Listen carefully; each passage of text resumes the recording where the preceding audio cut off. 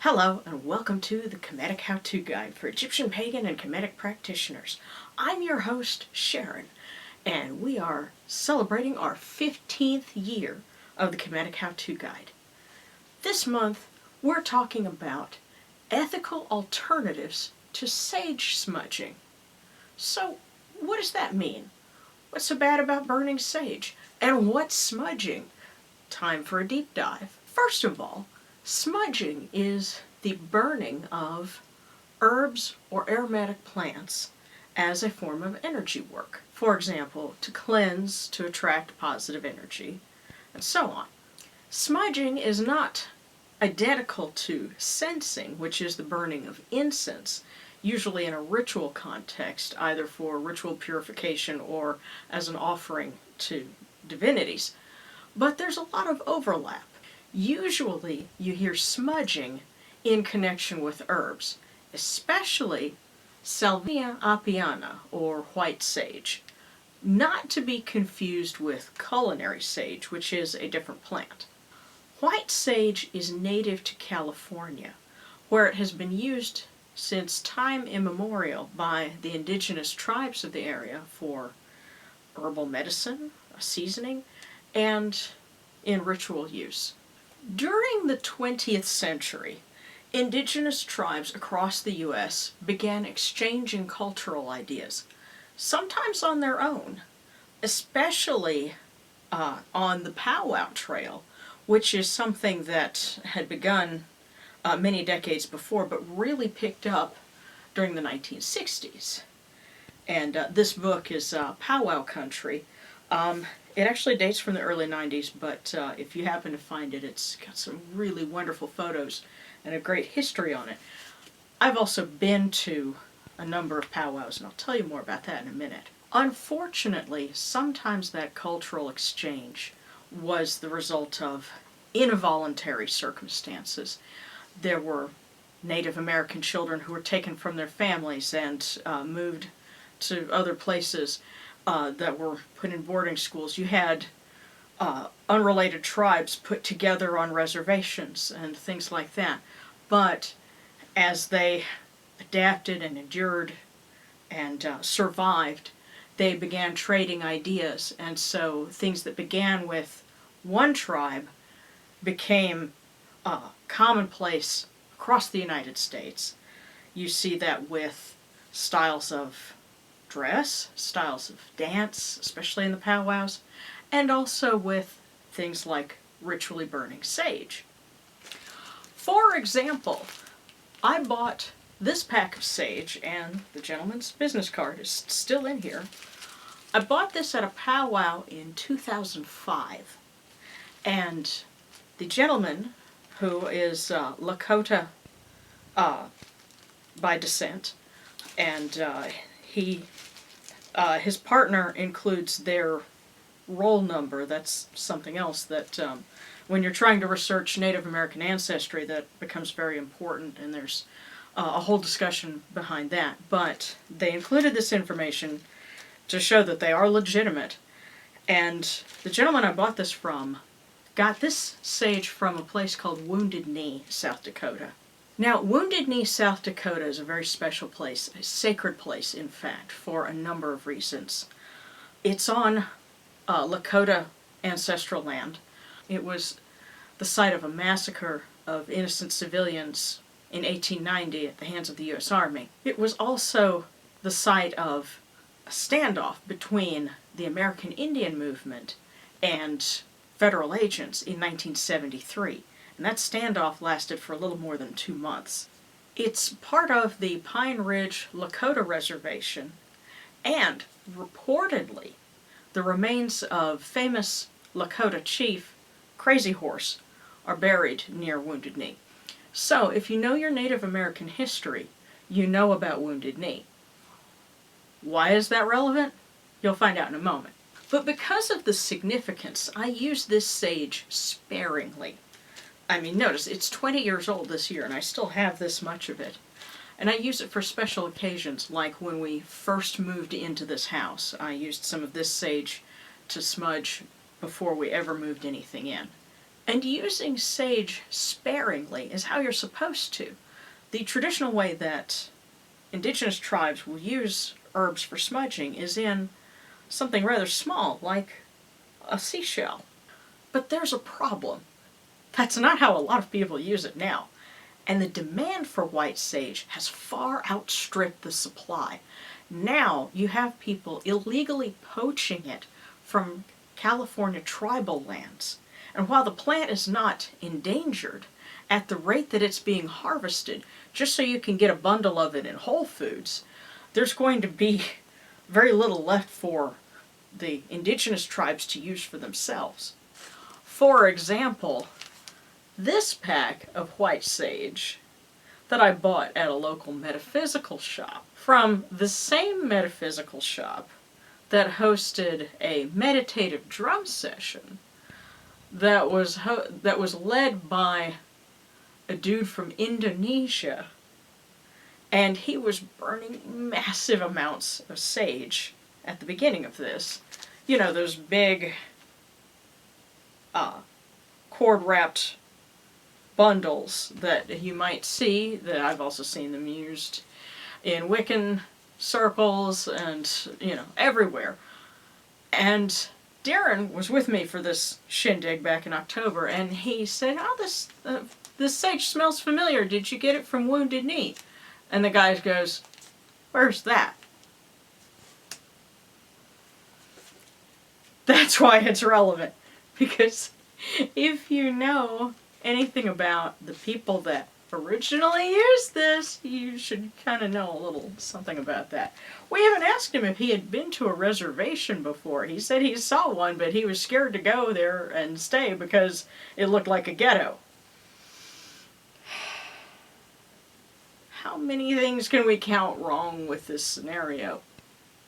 So, since then I learned a little bit more about sage, and that's why I'm telling you about this now. Now understand, I don't have a problem in the scenario I just described with where the guy was from.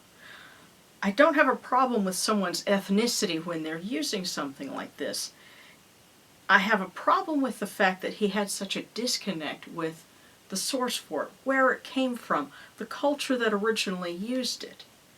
Because it's not your race or your ethnicity that qualifies you to use something. It's your knowledge of the source material, but also your respect for where it came from and your willingness to cooperate with the people that still use it today.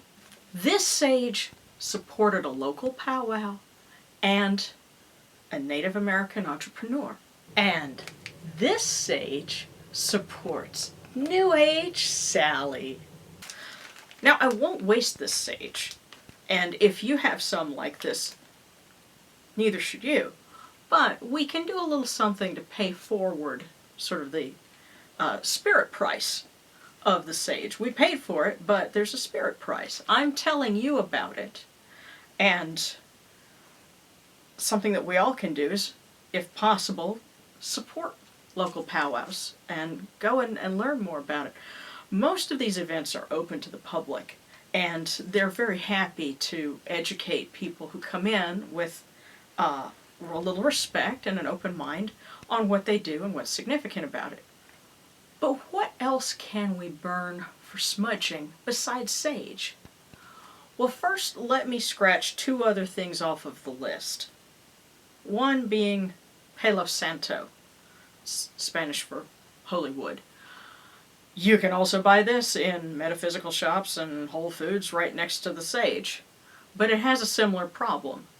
The tree that it comes from grows very slowly, and so it's being harvested potentially at a higher rate than it can regenerate. And while it is protected, you have no guarantee that the Palo Santo you're buying, at Whole Foods or New Age Sally's shop didn't come from illegal trade. The other thing we can scratch off the list is sweetgrass. For similar reasons. Demand for it is making it difficult for the indigenous peoples that use sweetgrass to have enough supply for their traditional crafts. But also, something else you might not realize, but we found out the hard way, is that if you have hay fever, sweetgrass can set off your allergies.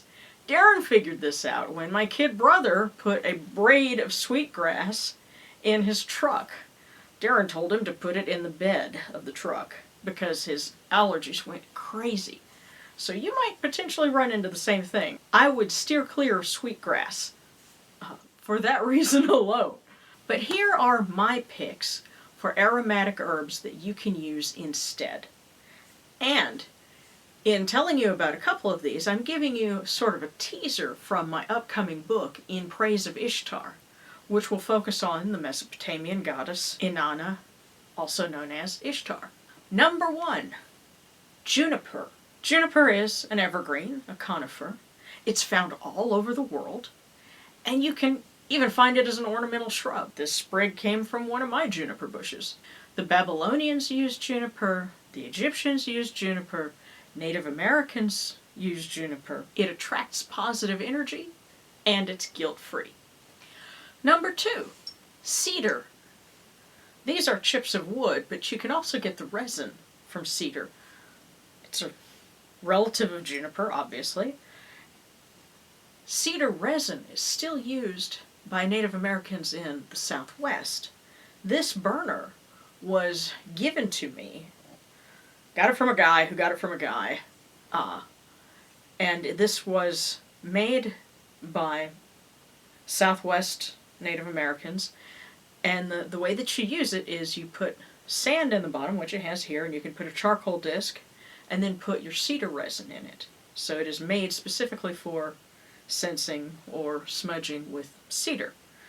I'll also use juniper in it as well. One fun way to potentially get some cedar resin is to keep an eye out for anyone that has a cedar fence, because the knotty fence posts or boards, sometimes in the summertime, will weep beads of resin. This is also a way that you can get pine resin.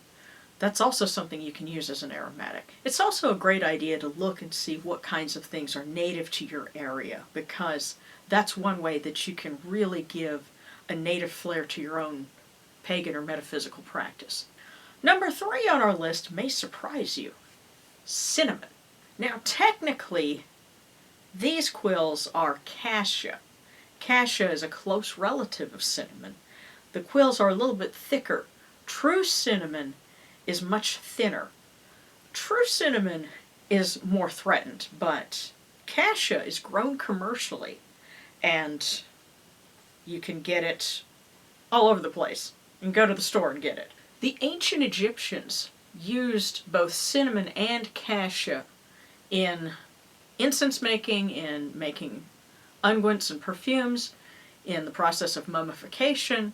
They probably used it as food too, although I doubt King Tut would have tried the cinnamon challenge. You shouldn't either. I call cinnamon/cassia my GTFO smudge because when I light it, it gets rid of negative energy and replaces it with a sense of calm. So, and because the Egyptians used it, we think it may have some solar connotations because there are records of cinnamon being offered to Amun-Ra. Now, there are some blogs and videos out there that discuss burning other herbs for the purposes of smudging. And I had not tried any of those until I started on this project. But if you want to follow along with our adventure where we try some other common kitchen herbs that happen to have spiritual associations, check out our Patreon exclusive for this month, because I rounded up some Confederates, and so Darren and Morgan and myself, we all got in the kitchen and we tried burning bay leaf and rosemary and another herb from the garden. And no, not the kind of herbs you're thinking. I welcome you to go onto Patreon to check that out. Of course, Patreon has just made it so that you can join the community without having to pay any kind of subscription. But the different tiers unlock more videos, more photos, more cool stuff, merchandise. I'm going to have some new merchandise soon for my topmost tiers. So I invite you to come and check those out. Another fun feature that they've made now is that you can pay for access to specific videos, and I'm making these exclusives to where you can pay $7 to $10 and watch one of those without having to subscribe every month. It's a great way to kind of try it out and see if you like it. And I think you'll really like this video. We had an interesting time and we discovered quite a few things while we were burning stuff in the kitchen. And while we're at it, we've got to do another super happy dance for all our super stickers. You folks are awesome. What you do helps support this channel. Thank you, thank you, thank you. That's it for this month. Hopefully this gives you some valuable information that you can use for your own Egyptian pagan or any kind of pagan or metaphysical practice. Now, coming up this spring, we've got some more videos, some fan favorites. We're going to do another zany book review, and we're going to do a shrine video. So if you haven't subscribed already, make sure you do so you don't miss out on that.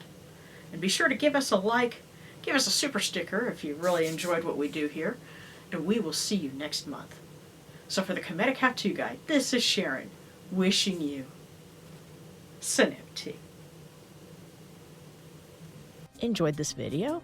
Then be sure to hit like and subscribe to the Kemetic Independent channel.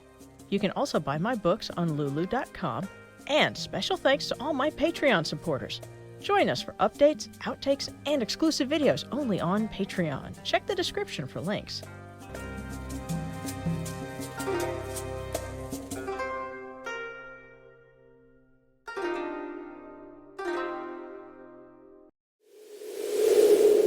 Cannot believe what I'm seeing!